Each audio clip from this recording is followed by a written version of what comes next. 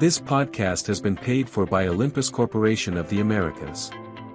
The views and experiences shared are those of Dr. Nalini Guda and Dr. Parikh, paid consultants of Olympus Corporation and its affiliates. Olympus makes no representations regarding the accuracy or applicability of the content and disclaims all liability arising from its use.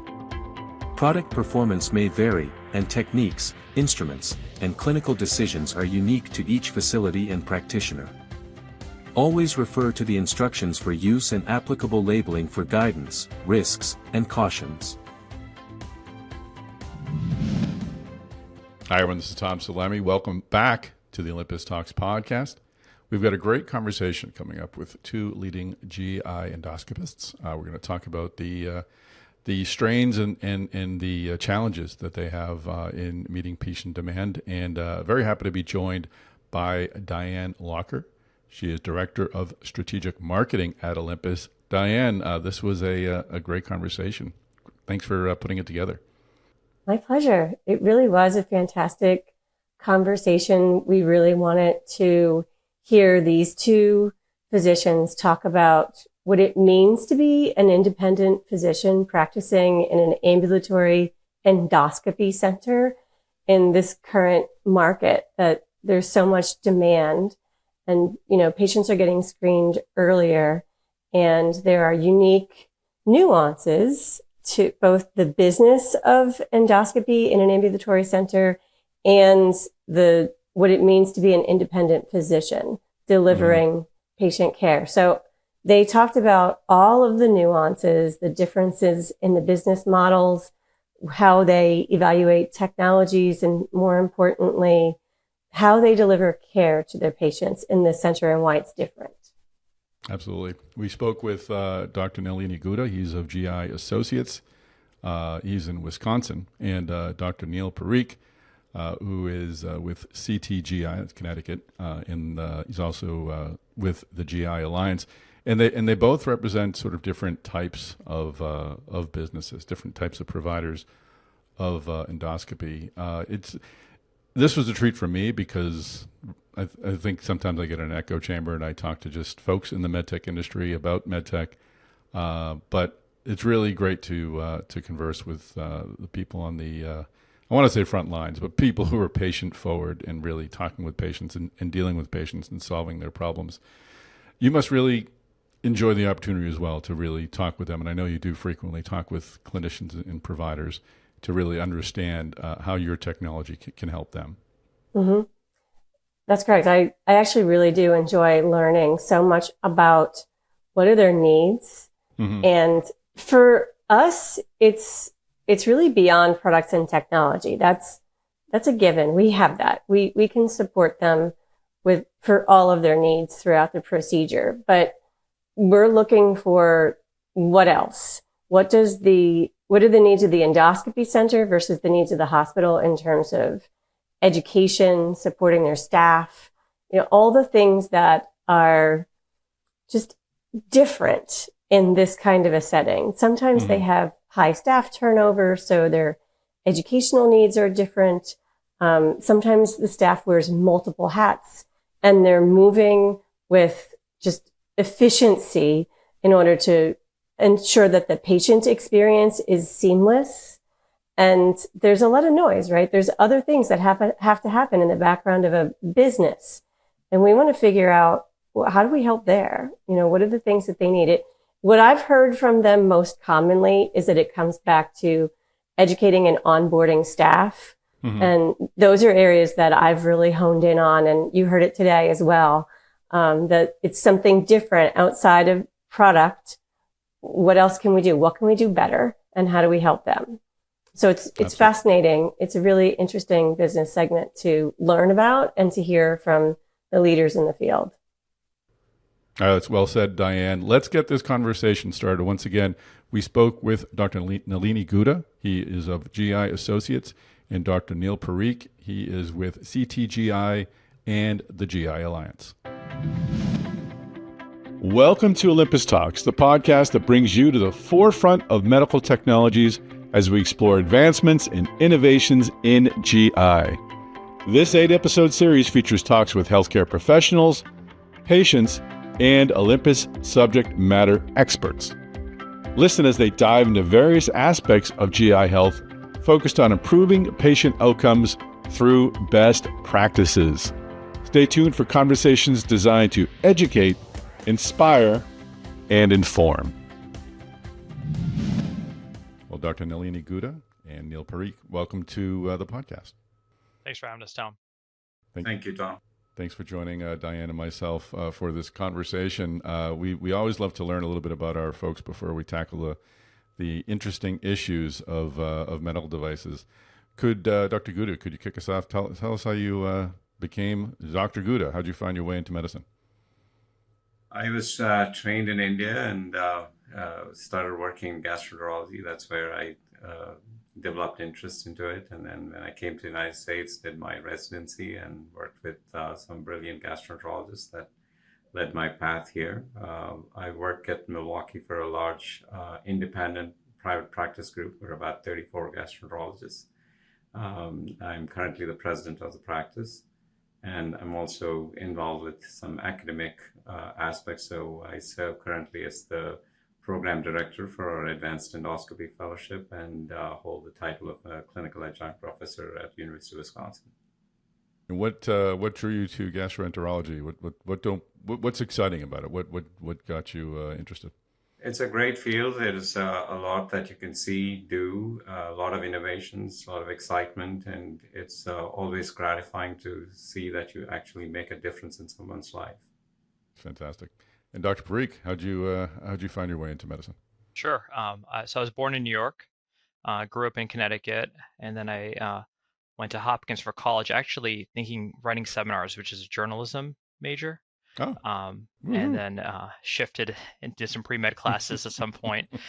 And and then from there, medical school and residency was in Mount Sinai in New York. Mount Sinai is a huge GI powerhouse. And so being both a med student and a resident there, you got exposure to a lot of liver disease and gastroenterology, a lot of inflammatory bowel disease specifically. And that kind of shifted my direction in medicine. And then I've been now in practice here in Connecticut for 10 years at Connecticut GI, which is part of the GI Alliance. And Diane, we met you at the intro, but how did you find your way to Olympus? Well, my background is in several different areas of healthcare, primarily dermatology and respiratory. And I joined the Olympus GI marketing team about 3 years ago as the director of strategic marketing. So my role is focused around supporting the Ambulatory Endoscopy Center. We essentially want to understand their unique needs and determine how we can help support them to deliver high quality patient care. That's fantastic. All right, well, let's get into tackling some of these interesting topics. I think one thing we're seeing in medical devices is certainly the innovation and technology continues, but the innovation in healthcare delivery is keeping pace, and we're finding new ways to treat more patients. And one of those is through the independent practices. We're going to talk about the ambulatory endoscopy centers in a bit. How has the industry and clinicians, I think, have gone a long way in getting out the public, getting out word to the public about ensuring or asking people to get screened, and now asking people to get screened at an earlier age? I'm wondering, Dr. Parikh, maybe you can start. What impact have those campaigns have? Are you seeing an increase in patients? And do you see a trajectory one way or the other going forward with people looking to get screened for serious diseases? Yeah, I mean, we can start with colon cancer, right? We've seen, at least in my clinical trajectory, a huge marketing shift, and it's been fantastic collaboration. We've seen industry, both the device, pharmaceutical world, the academic institutions, our national organizations, and independent providers all saying, hey, we're seeing more and more early onset colorectal cancer. We need to do something about this. And I think the literature, as we knew anecdotally, finally came when the American Cancer Society finally decided to change the guidelines and start, earlier rather than 50, make 45 the new number. And that happened, now it seems like close to a decade ago. And with that 45 to 50 to 45, we've seen a significant uptick in the demand. And right in the middle of that, as Nalini will attest to, we got COVID, right? So we not only had this huge new percentage of patients who needed to be screened, and COVID happened, which put a pause and really put a strain on access. And I think at this point, we are still playing catch up. So not only Really? are there a lot of patients who want to be screened, we still also need to reach more people who need to be screened. Dr. Guda, talk a bit about the role of the independent physicians and the ambulatory endoscopy centers in improving that access to screening. I didn't realize we still had a backlog. I'm curious if you're seeing the same thing where you are, and how do centers like yours help meet that? So it's a great question. As Dr. Parikh alluded to, the COVID did not help us with the backlogs. There was already a diminishing pool of gastroenterologists, and COVID made their retirements early. So we had a decreasing pool of gastroenterologists. The number of gastroenterologists we put out every year, the fellowship numbers haven't changed significantly. So overall, the number of providers has at best shrunk and has not kept up with the demand. The demand obviously did go up. As independent practitioners, we have a little more leeway. We open our centers early. We can close them a little later. Our throughput is much quicker. Our turnaround time between procedures is shorter. And because you are an independent provider, you have more skin in the game. So you tend to move a little more throughput than typical large institutions. So we have been doing our fair share to catch up. And the problem is that the lack of access is not uniform throughout the country. There are a few areas where, to begin with, the screening programs have been pretty robust, and some areas where they have not been robust. And there are these colonoscopy deserts where we did not make much dent. So there is access issues, but it's not, again, uniform and universal. It's various pockets experience variations in access. But access is a problem, and also public sentiment of going back for surveillance and all is also somewhat spotty at times, because we do have last minute cancellations, no shows. That does not make it any easier for people who are waiting to get in. And I would be curious to know if that's the same thing that Dr. Parikh experiences in Connecticut as we do in Wisconsin. Well, it's my job to ask the questions, but you may answer the question, Dr. Parikh. Thank you, Tom. No, Dr. Good, I echo those sentiments completely. We are fortunate in the Northeast where we are able to educate the values of screening to get the numbers to not where we need to be, but it's at least not a screening desert, as you called it.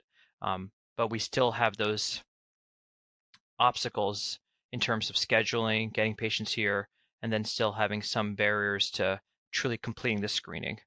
I think access, as you mentioned, is the primary driver, right? And I think when I was first invited to this podcast, I liked how it's called Ambulatory Endoscopy Center. I traditionally was called ASC, but I actually think I may change that to AEC, because Dr. Guda, as you mentioned, when you come to the Ambulatory Endoscopy Center, everybody there is focused on one task, which is endoscopy, as opposed to being in a multi-specialty facility. It's not just the physicians, it's really a team approach. It's the nursing staff, the technicians, the anesthesia staff. It's everybody doing one goal. And I think that's what makes, as Dr. Guda alluded to, makes us easier for us to shorten that, that gap, or make it more efficient to get more throughput through for the patients. It's access, it's ends up being cost, which we'll probably talk about, and then patient satisfaction. I think all three of those, which are probably the major pain points in gastroenterology right now, all are solved by AEC, which I'm going to definitely steal after this. I might as well. I had to check my notes also, because I've always said ASC, but it is a lot more descriptive and a lot less intimidating is not the right word, but a lot more precise in what's going on. I think people are more open to an endoscopy center versus a surgical center. Dr. Guda, can you help define for me the endoscopy desert situation? It's not a term that coined by me, but this is what we use.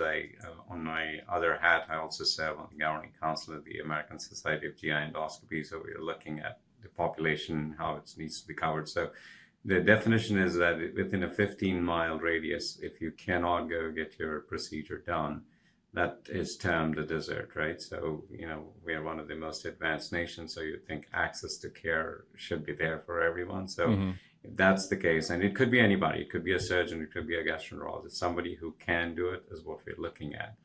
And, if you look at the distribution, some areas like metropolitan cities have a lot of people doing, so it's not as such of a problem. But you go to rural areas and various states, have various access points. There, it is still a real issue. Interesting. And Dr. Parikh, you mentioned the benefits of having the procedures done in an AEC versus a hospital. As you're going through the benefits, I mean, just something as simple as parking and getting into the building easily. Dr. Guda, you said the 10 to 15 mile radius thing.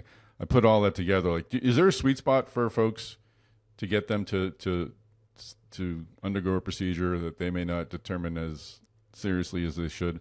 Like, are you looking like a half hour or 45 minutes? Like, is there a period of time like if you're going to take too much time out of their day, they're going to be a lot less likely to do it than if we have a very short window of parking and logistics again just getting into the room for the treatment. So you're right. I think it's the unpredictability, right? If you say you're going to spend all day, then they're like, what am I doing all day? But if you say you come at 8 o'clock, your procedure will be done, you're done by 10 o'clock and you go home, that's a much more predictable thing.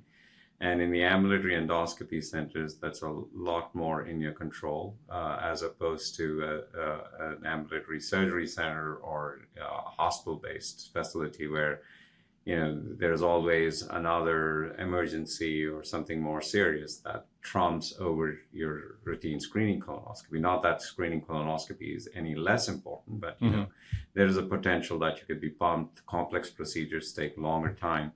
And also, as you alluded to here, we are geared to doing one thing, endoscopy. And so the throughput from the time you enter to the time you leave, everybody is geared to one thing. The process of explaining the procedure, to the anesthesia provider coming, assessing the patients, to getting it done, it's all streamlined and everybody knows what exactly they're doing. So there's not so much about cross covering. So it runs much more efficiently that way.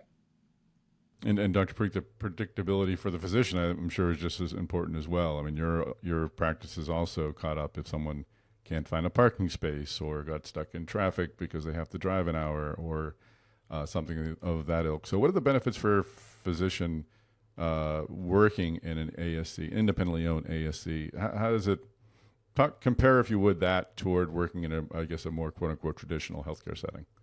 Sure. And I'll take it one step back now and say that the parking is everybody. It's not only the patient, or the patient's family member.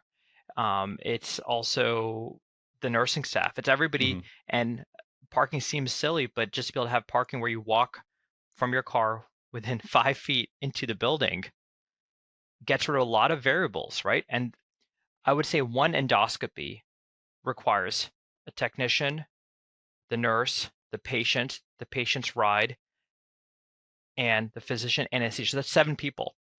Now, if 7 people have to look for parking in a parking garage, it's a lot more variability, right? And again, I'm exaggerating and being dramatic because I tend to be. But it's the same concept, right? You're adding a lot more potential inefficiency. For the physician, like Dr. Guda, I work in both. We have a few AECs that are owned by our practice, and we also do cover tertiary care hospitals in the region. And so I do end up being in both places. So I think there are benefits and critical importance to both setups. The AEC specifically for routine procedures allows for, I believe, a more patient-centered, patient satisfaction experience, okay? Because of these little things that are different. The bowel preparation, the anesthesia, the physicians, are going to be similar in any place you go, but it's the parking, it's the time to arrival, it's where their family members can wait for the procedure. Is it right outside, and can they be in recovery within, a minute once you're waking up, versus, a larger facility where the hospital PACU and the hospital operating room, the hospital waiting room are on different floors. So those things matter. For the physician, it really comes down to these things. So Diane, a question to you about the ambulatory endoscopy center label. The two physicians agree it's a great way to describe what's going on there. How do you view it as someone who's working with these centers, with these physicians? Do you think it's more descriptive, and do you think it helps give a little precision to the messaging of folks getting screening with an endoscopy versus a surgery? I do. I think that the term ambulatory endoscopy center is important. That's what we've been using as well. And I think even as it relates to the patient knows an outpatient center, they know orthopedics, they know other specialties. This is specifically a center dedicated to endoscopy. Mm-hmm. And there's a different feeling for the patient when the focus is on endoscopy for them. And I think it's really important to make that distinction. One thing I wanted to unpack was the different structures of ASCs. Dr. Guda, you're an independent practitioner. Talk a bit about how you work, what your corporate and clinical structure like, and then Dr. Parikh, I'd like to get the same answer from you, although I'll re-ask the question. Dr. Guda, tell us a bit about your practice and its structure. So thanks, Tom. We are one of the largest GI practices. When I first started, we were about a 12-member practice. Now we're about 34 members in our practice. We have continued to grow, but we remain independent, though we have very close affiliations with our other healthcare partners in the area. We operate our own ambulatory endoscopy centers, some independently and some jointly with the healthcare systems, so that we provide access to all the patients we serve in southeastern Wisconsin. The advantage that I feel in being independent is that we have a lot more freedom.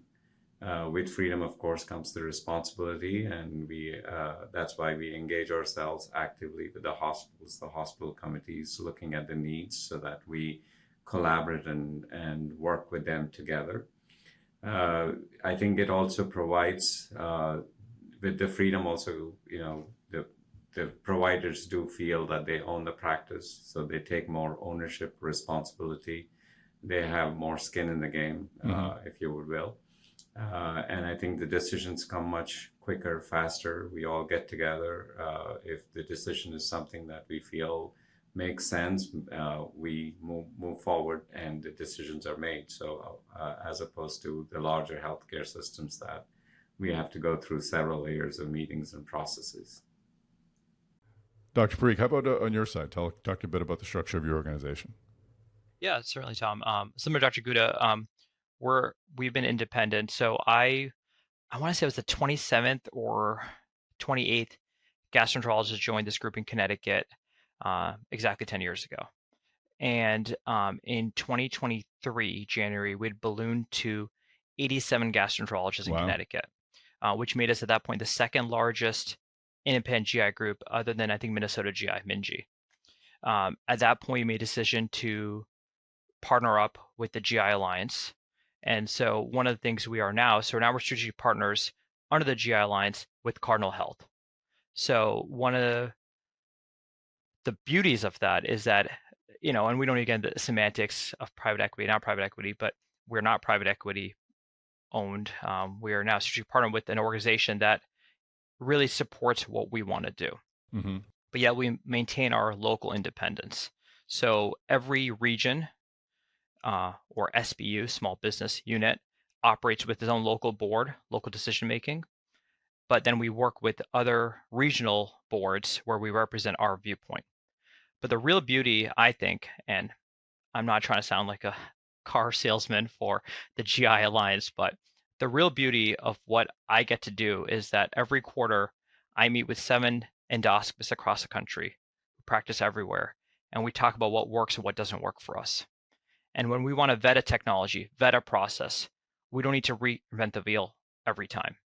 So we, as part of our innovation committee for the Alliance, we really get to put ourselves out there, and we don't have to necessarily go through the process. It's labor intensive to do feasibility pilots. We can distribute that across the country and learn from each other. So to put in a last plug to that, I think, each system has its own benefits. While we maintain our independence, the large GI practices also have a similar model where we get together, share best practices and experiences from each other. So each one of us don't have to reinvent the wheel. If Dr. Parikh says this works well, we will be willing to adopt, and we have various models to do it. So either model, it would seem to be a real selling point to be able to take the time to assess where you're at and where you're going and what you can do better, and you're not mired in some of the bureaucracy that I hear from other physicians. Speak, if you would, just generally about the state of endoscopists in terms of burnout and other concerns. Is it greater or lesser than other specialties that we're hearing a lot of doctors who are tired of checking boxes on EMRs and such, and just working late into the evening, keeping their records? So what's the field like for endoscopy? Dr. Guda, if you want to kick that one off. So endoscopists, I think, are somewhere smack in the middle of the burnouts, and I think COVID actually increased our burnout, and those physicians did retire. We are hoping with the innovations, especially in the AI, with the ambient listening and systems that are coming in, I think the process is getting better in terms of documentation. We are hoping some of these new AI models to reduce the burden of prior authorization would also help. Right now, the cost of running practices are ballooning because of all these regulatory, bureaucratic processes that take it forever to get something done. But I think being independent, you're actually able to mold your schedule to your form, like depending on your pace, what you want to do, what could be done. So the burnout rates, I feel, are less because we're not literally breathing in. We don't school anybody and say you haven't done your share of this many procedures or patients. We try to work with them. It's a smaller group, so we understand if somebody is going through a personal issue. It's not like you are one of 2,000 physicians and you're somehow not looking right in terms of the metrics of your output. So I feel that practices that are independent have a little more room to make those adjustments, as opposed to a large corporate structure where you cannot make changes because all the HR rules on the complexities. Not that anybody has anything against, but I think that's where I feel like the burnout rates are lower in independent practices. Again, we're not talking about one or two physician independent practices, because those are going to be very hard to run based on the current models. Those don't exist as long as I know. There are very, very few practices that have one or two physicians. Most single large practices have at least a few physicians in the practices, so they can all share the burden. And Dr. Parikh, how about on your end? What do you see from your perspective, from your fellow endoscopists?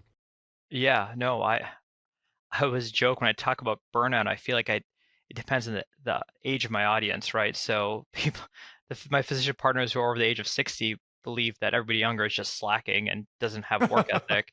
And then the people who are under the age of, I can't say young now because I'm in my 40s, but under the age of 30 just believe that the older generation doesn't understand work-life balance. So burnout's it's a tricky topic. But 100% agree with Dr. Guda. I think being independent is key. I think as an independent physician, we are, I believe, less likely to burn out than our non-independent colleagues. Because like Dr. Guda mentioned, if I have something comes up, I have a partner I can text and say, hey, can you cover this? Can I do this? Or I don't have to report to multiple layers of people who are not necessarily doing what I'm doing every day. And I think, and again, every system has pluses and benefits and pluses and minuses, but that independent physician part is key. And I really feel that on a day-to-day basis, because I can remain doing what I want to do, which is take care of patients without having to necessarily answer on a monthly, weekly basis to multiple non-clinical people. The second point Dr. Guda mentioned, which is great, is ambient listening. I think there's a lot of innovation help that's going to help us with burnout. Just starting tomorrow in our endoscopy suite, we're going to have ambient listening, which will be going from me finishing a procedure, typing, templates, to me talking during the procedure. And there'll be some barriers and there'll be some kinks we got to work out, but technology done right will assist us with burnout. Diane, this must be a valuable conversation for you to hear from these physicians about what their pain points are. How does Olympus look to help these folks in the future? I mean, a lot of it I think they've covered beautifully. So technology is going to continue to evolve and help to streamline their activities and hopefully, just take away some of the more mundane tasks, but yet be, accurate. So we look forward to seeing that in the future. But I think overall it is about technology development, but it's also about understanding, very closely what's important and what works for the physician so that, we can create answers that are going to suit their needs rather than developing technology that doesn't have a place. Absolutely. No, great point. So we're seeing that evolution in the healthcare facilities in what we're calling them. I think that's great. And of course, as I alluded to up top, we're seeing a lot of innovation in the technology that's coming to assist with endoscopies. Talk about AI, you've got new imaging technologies, new innovative devices. Dr. Guda, talk a bit, if you would, how AECs, independent entities, view these new technologies and how they're able to bring them into the practice. I don't know if it's any different than it would be at a traditional, again, quote unquote, traditional healthcare setting. Sure. I think it's a great question. It's something that we grapple all the time. Obviously, technology is moving at a fast pace. There's several innovations that are coming out. As Diane said, right now my focus is on focusing only on the endoscopy center. So AEC makes much more sense because healthcare, if you take as a broad term, there are a lot of changes, a lot of innovations going on. So if we focus to just the AECs, it makes my life a little easier. As an independent practice, I think we are a little more nimble. I don't have to go through the same bureaucracy and budgeting and finance issues that a large healthcare organization has to go through. I can pivot much quicker and change the course much quicker in an independent practice as opposed to a larger healthcare system where there are several issues that need to be taken into consideration. So that way, I think the smaller organizations can adapt a little more quicker than the larger organizations. The larger organizations, of course, obviously have deeper pockets, so there is certainly an advantage there when it comes to initial capital and spending. But both of them have their own ups and downs, and being in a large practice, I feel like we can adapt it a little more quicker. I don't have to go through the same multiple layers of command before I can implement it. As long as we know that the product that we're implementing is good, it's going to help the patients, it's going to help me, and also help the bottom line of our operations. I think it's easier to implement. That's great. And Dr. Parikh, same question to you. I do like the weighing of the nimbleness of a small organization versus the deep pockets of a big organization. I can see benefits to both. How does that balance out for you? And as a physician, how are you, because you have so much more influence on the purchasing, how much time do you spend keeping up on these new technologies and seeing what will work for you and what won't, and putting yourself in a position to analyze your options? Yeah, no, I think first off, you need a partnership, right? You need the larger healthcare systems to buy in, and I 100% feel like we ourselves as physicians, our patients all benefit from that partnership. You need both financial capital and intellectual capital from healthcare system. I think the real value of an AEC when it comes to innovation is what both Diane and Dr. Guda alluded to. It's a single specialty workflow, right? It's built just for one process and one goal. So when you're at board meetings for an AEC, you're at budget meetings for an AEC versus board meetings or budget meetings that we have for our healthcare systems, everybody's talking endoscopy, right? Mm-hmm. Everyone understands the basic language already. It's a lot easier pitch, right? When you pitch to VCs, you pitch to capital groups. If the terminology and language is the same from the get-go, you're already 30% the way there. That's step one. Dr. Guda mentioned the nimbleness, right? I think this is really key. At this rate, something new is coming in endoscopy, I would say every 35 days. Wow. Okay. I've been chief of the GI division at our local hospital. It is challenging to not only propose a new technology every 35 days, but the number of people whose approval we need for correct reasons, right? To vet the technology, get the budget approved. You usually have to submit a budget a year in advance. So if we're talking a year in advance budget submission and technology changes rapidly, you just can't keep up. Mm-hmm. So what we've done here in Connecticut is we're using our AECs as our innovation playground, right? Whether it's computer-aided detection of polyps, artificial intelligence, we can pilot stuff faster in our AECs and then bring that data to our healthcare system and say, hey, this does work. It's better for the patient. We've done it. We've done a feasibility pilot. These are our results. That's really clever. Diane, how does Olympus sort of interact with ASCs when it comes to getting them up to date on all these new technologies? That rate of new product introduction is mind blowing. Actually, how do you engage with these players? That's a great question. We provide a portfolio approach, so that includes things like imaging technologies, devices to increase adenoma detection rates, product service, infection prevention solutions, etc. But beyond the product, we try to help with the efficiencies such as training and onboarding for new staff through virtual training, on-site clinical and education teams, infection prevention and technical support teams. We want to ensure that the center and the care providers can focus on the patient, and we look for those other areas where we can help improve that efficiency for them. Mm-hmm. Really interesting. Well, let's look toward the future. Where do you see independent physicians and ASCs? What role do you see them in delivering care, in providing the tests that need to be done? Dr. Guda, do you see a lot more procedures or tests coming your way? I know you've got a backlog you're dealing with right now. What do you see happening in the future?